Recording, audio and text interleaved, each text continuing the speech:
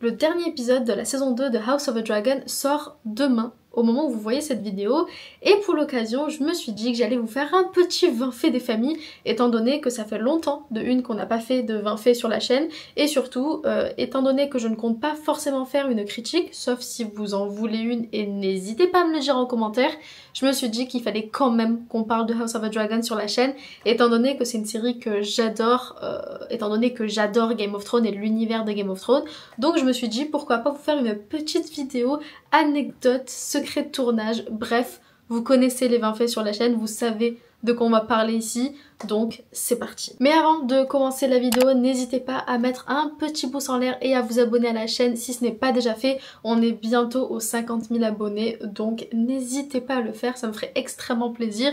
Et en plus de ça, de petits changements arrivent pour les 50K, donc plus vite on y arrive, plus vite les changements vont arriver et ce n'est que pour le mieux. Et également, je vous invite à venir me suivre sur Instagram et TikTok, étant donné que je vous partage d'autres contenus sur ces deux plateformes en dehors de YouTube, donc n'hésitez pas à venir. Et je sais pas si vous avez capté, mais j'ai mis du rouge et du vert pour eh bien les couleurs de House of the Dragon. J'allais pas mettre du noir pour la team noire, donc j'ai mis du rouge étant donné qu'ils sont tout le temps habillés en rouge. Bref, vous avez compris je pense. D'ailleurs n'hésitez pas à me dire en commentaire si vous êtes team noir ou team vert dans House of the Dragon. La série House of the Dragon est basée sur le livre Fire and Blood de George R.R. Martin et se déroule environ 200 ans avant les événements de Game of Thrones. Ça raconte donc l'histoire de la maison Targaryen et en particulier sur la guerre civile connue sous le nom de Danse des Dragons, qui va donc opposer la team noire et la team vert. Vous vous en doutez bien, mais la création des dragons dans House of the Dragon a nécessité énormément de temps et surtout des avancées technologiques majeures. L'équipe des effets spéciaux a donc utilisé des techniques de pointe pour donner vie aux dragons que l'on voit sur nos écrans, et ce de manière plutôt réaliste, disons-le. Chaque dragon a d'ailleurs des caractéristiques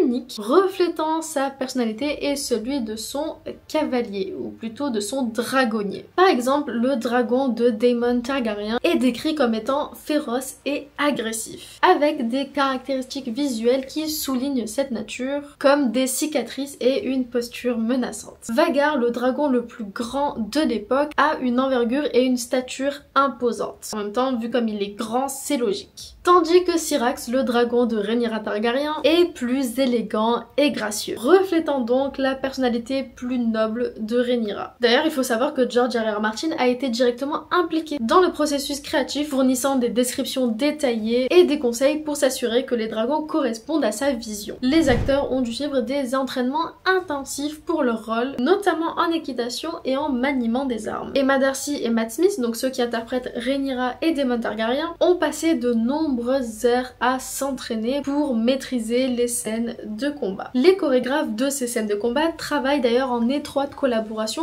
avec les acteurs eux-mêmes pour créer des scènes de combat réalistes et impressionnantes tout en intégrant le style de chaque personnage. Les acteurs ont donc dû apprendre à manier différentes armes, notamment des épées, des dagues et des lances, chacune nécessitant des techniques spécifiques. On a donc eu des chorégraphes de combat et des maîtres d'armes expérimentés qui ont été donc engagés pour former les acteurs. Et en plus de l'entraînement spécifique au maniement d'armes et à l'équitation, les acteurs ont également dû suivre des programmes de conditionnement physique pour améliorer leur endurance, leur force et leur agilité. Cela comprenait donc des séances de cardio, de gym et des exercices de renforcement musculaire. D'ailleurs, certains des acteurs ont carrément travaillé avec des coachs en dehors des plateaux de tournage et d'entraînement pour la série. Le tournage de la série House of the Dragon a eu lieu dans des lieux tous magnifiques les uns plus que les autres, notamment en Espagne, au Portugal ou encore au Royaume-Uni. Des châteaux historiques et des paysages naturels ont été utilisés pour représenter Westeros, ajoutant une authenticité visuelle à la série. On a également eu bien évidemment des éléments réutilisés du décor, notamment de Game of Thrones, qui ont été donc modifiés pour correspondre à l'époque de House of the Dragon. Par exemple, des portions de King's Landing et de Dragonstone ont été modifiées pour correspondre à l'époque de House of the Dragon,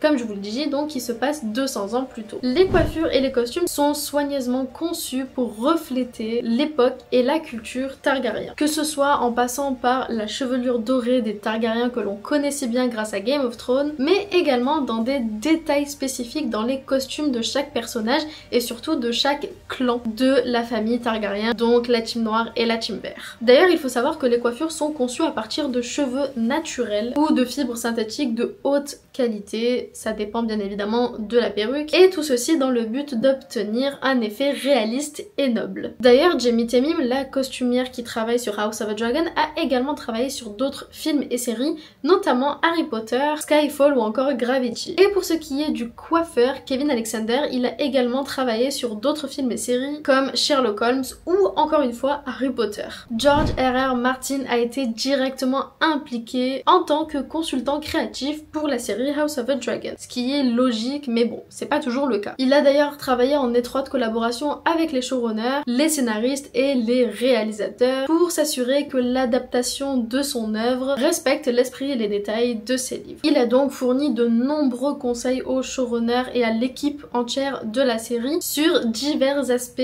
de celle-ci, y compris le scénario, le développement des personnages et bien évidemment les intrigues. Il a d'ailleurs aidé à clarifier de nombreux points et de nombreuses ambiguïtés qui pouvaient avoir lieu vis-à-vis de son œuvre pour que ce soit au mieux représenté dans la série. Et surtout, il a aidé à structurer la chronologie de ses livres parce que quand on connaît un petit peu l'univers Game of Thrones et notamment Fire and Blood, on sait que c'est un petit peu le bordel sa chronologie, donc heureusement qu'il a été là pour aider toute l'équipe pour la série. D'ailleurs, est-ce que vous saviez qu'il y a eu une erreur sur le blason des Targaryens qui a eu lieu dans Game of Thrones, et ça a d'ailleurs énormément agacé George R.R. Martin. Il a d'ailleurs expliqué dans une interview: Game of Thrones utilisait le blason correct avec les 2 pattes durant les 4 premières saisons et la moitié de la 5e. Mais quand la flotte de Daenerys est apparue, toutes les voiles ont montré des dragons à 4 pattes. Quelqu'un a été négligent, j'imagine. Ou quelqu'un a ouvert un livre sur l'héraldique et en a lu juste assez pour couvrir le tout. 2 ans plus tard, House of the Dragon décide que l'héraldique devait être cohérent avec Game of Thrones, mais ils ont choisi le mauvais blason au lieu du bon. J'ai conçu mes dragons avec beaucoup d'attention. Ils volent et crachent du feu, oui, car ces traits me paraissaient essentiels. Ils possèdent 2 jambes, pas 4, jamais 4, et 2 ailes. 2 larges ailes. De nombreux dragons de fantasy possèdent de petites ailes ridicules qui ne feraient jamais décoller de telles créatures. Et seulement 2 pattes. Les ailes sont les pattes avant. Les dragons à 4 pattes existent seulement en héraldique. Aucun animal ayant vécu sur Terre ne possède 6 membres. Les oiseaux ont 2 pattes et 2 ailes. Pareil pour les chauves-souris, les ptéranodons et autres dinosaures volants, etc. Comme quoi ça l'a vraiment touché au plus profond de lui qu'on ait blasphémé limite son blason. Ce que en soi je peux comprendre. Attention, celle-ci est un spoil par rapport à ce qui devrait arriver dans les prochaines saisons de House of the Dragon, mais il faut savoir que Game of Thrones nous a spoilé l'avenir de plusieurs personnages dans House of the Dragon. Et c'est notamment dans une scène avec Joffrey Baratheon qui raconte à Marjorie le destin tragique de Rhaenyra Targaryen et de comment celle-ci allait finir. Rhaenyra Targaryen was murdered by her brother, or rather his dragon. It ate her while her son watched. What's left of her is buried in the crypts right down there. Le compositeur Ramin Djawadi, qui a travaillé sur les musiques de Game of Thrones, est évidemment revenu pour House of the Dragon. Ça coule de source. Et il a expliqué que pour House of the Dragon, il a récupéré ce qu'il avait fait dans Game of Thrones pour s'en inspirer et pour garder des notes et des morceaux qui ressemblent à Game of Thrones pour House of the Dragon, tout simplement pour qu'il y ait un petit côté un peu nostalgie quand les personnes regarderaient House of the Dragon et avaient vu Game of Thrones juste avant. Il y a donc énormément de musique dans House of the Dragon qui nous rappelle beaucoup Game of Thrones. Mais en même temps, vous allez me dire, c'est logique, c'est le même univers. Mais bon, en soi, ça aurait pu être complètement différent étant donné que c'est 2 séries distinctes. Ils auraient très bien pu partir sur une musicalité totalement différente, mais je trouve ça logique qu'ils soient restés dans les mêmes tonalités et dans le même monde que Game of Thrones à ce niveau-là. Le haut valérien, la langue des Targaryens, est énormément utilisée dans cette série, bien plus que dans Game of Thrones. David J. Peterson, le linguiste qui a créé la langue pour Game of Thrones à la base, a été rappelé pour développer davantage la langue sur House of the Dragon, étant donné que, comme je vous l'ai dit, on l'utilise beaucoup plus et il y a donc beaucoup plus de vocabulaire à mener. Les conflits dynastiques de House of the Dragon sont énormément inspirés de conflits qui ont eu lieu dans la vraie vie, ou plutôt dans l'histoire. Comme par exemple la guerre des 2 roses en Angleterre. Et d'ailleurs, pour ce qui est de la guerre des roses, elle a surtout été inspirée pour Game of Thrones, alors que pour House of the Dragon, ça a été surtout inspiré par une période de l'histoire anglaise appelée l'anarchie, tout simplement.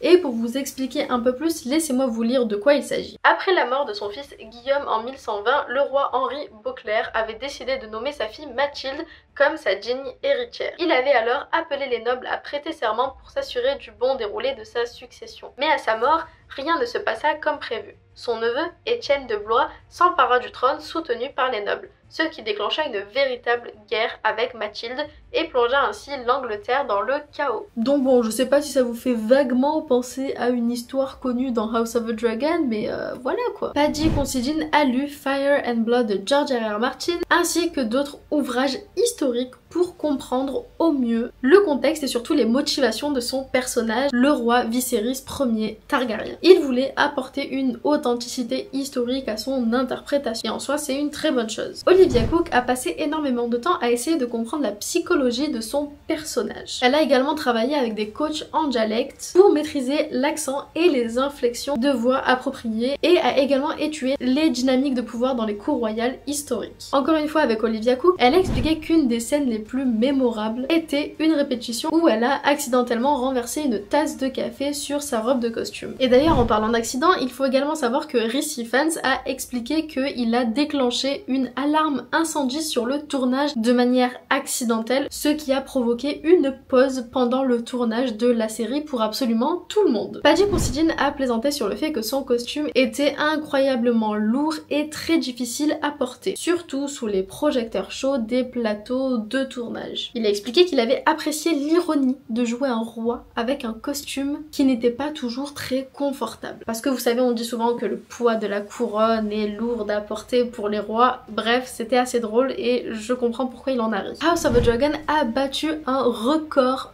d'audience avec la diffusion de son premier épisode en août 2022. En effet, l'épisode a totalisé plus de 9 millions de téléspectateurs sur la chaîne et la plateforme HBO Max. House of the Dragon est donc devenu le tout premier épisode d'une nouvelle série le plus visionné de l'histoire d'HBO. En comparaison, le lancement de Game of Thrones en 2011 avait réuni 2,2 millions de spectateurs pour le tout premier épisode, tandis que son final avait comptabilisé 13,6 millions de spectateurs. Donc c'est quand même assez fou de se dire qu'il a fait plus de 9 millions pour un tout premier épisode. Si les scénaristes ont décidé de faire un bond dans le temps d'environ 3 ans entre l'épisode 2 et l'épisode 3 de la première saison de House of the Dragon, il faut savoir que la scène de mariage entre Alicent et Viserys a tout de même été tournée. À l'origine, leur union devait apparaître dans la série, mais a finalement été coupée du montage final, tout simplement pour pouvoir fluidifier un peu plus la narration de l'histoire et passer plus rapidement aux intrigues d'après. On a tout de même des images de Emily Carey portant sa robe de mariage qui ont fuité par la suite. Chaque épisode de House of the Dragon a coûté environ 20 millions de dollars.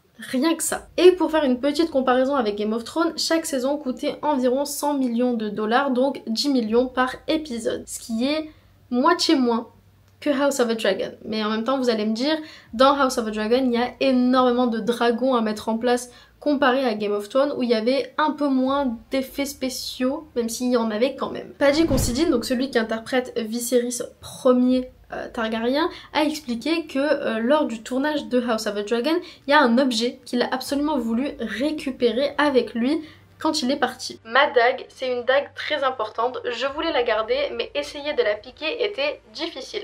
Je pensais qu'il m'en donnerait une à la fin. Si quelqu'un à HBO écoute... Interrogé par le magazine Entertainment Weekly, le showrunner de House of the Dragon, Miguel Sapochnik, a révélé une anecdote très surprenante concernant le trône de fer que l'on trouve dans la série, et plus précisément de celui de House of the Dragon. Il a expliqué « Nous avons littéralement dû mettre des barrières quand nous l'avons construit. Il est aussi dangereux que celui décrit dans les livres. » Parce que oui, en fait, ce qui s'est passé, c'est qu'ils ont construit le trône de fer de House of the Dragon, et j'ai bien dit celui de House of the Dragon, avec de vraies épées. Voilà, c'est un petit peu dangereux quand même. Plusieurs théories ont vu le jour concernant House of the Dragon, notamment une qui impliquerait le fait que les Targaryens ont du sang de dragon dans leur propre sang, genre dans leur ADN, ce qui voudrait dire que des Targaryens auraient fait des trucs pas ouf avec des dragons. C'est un petit peu chelou quand même. On retrouve d'ailleurs dans une interview l'actrice qui interprète le rôle de Alicent qui en parle et qui explique que ça pourrait être complètement plausible étant donné qu'on voit une fresque sur le mur des appartements de Aegon, une représentation de dragons et de Targaryens qui font des trucs pas très cathos. Oui, c'est toujours aussi bizarre. In the king's apartments, there's all these murals of Targaryens, and they're all shagging each other, and they're also shagging dragons. Like, look out for when you're in Aegon's apartments this season, and in the background it's just porn. But dragon porn. Tom Glencairn, celui qui interprète le rôle de Aegon Targaryen, a ce qu'on appelle la synesthésie. C'est la capacité de sentir les couleurs. Voilà, je vous balance ça comme ça. Et pour terminer, même si j'ai donné beaucoup plus que 20 anecdotes, mais c'est pas grave, Fabien Frankel, donc celui qui interprète le rôle de Christian Cole, on l'adore, est franco-britannique. Ça veut dire qu'il parle français et anglais, et il parle très bien français. Non, moi je m'éloigne de ça. Ouais. Tu regrettes immédiatement une fois que t'as regardé parce que tu trouves un truc et puis t'es là, oh non. Ou un truc que t'as fait, un truc que quelqu'un t'a vu faire et puis tu penses, fuck. Enfin bref, je vais m'arrêter là pour cette vidéo. J'espère que ça vous a plu, j'espère que ça vous a appris quelques anecdotes sur la série House of the Dragon, sur le tournage, sur les personnages. Alors évidemment, il y a à la fois beaucoup d'anecdotes et pas beaucoup, étant donné qu'on arrive à la fin de la saison 2, donc potentiellement que dans les prochains mois, il y aura beaucoup plus d'anecdotes qui vont sortir sur la série, mais j'avais quand même très envie de vous faire cette vidéo pour aujourd'hui. Enfin bref, si la vidéo vous a plu, n'hésitez pas à mettre un petit pouce en l'air et à vous abonner à la chaîne si c'est pas déjà fait. Et puis pour ma part, je vous fais plein de bisous et je vous dis à la semaine prochaine pour une nouvelle vidéo.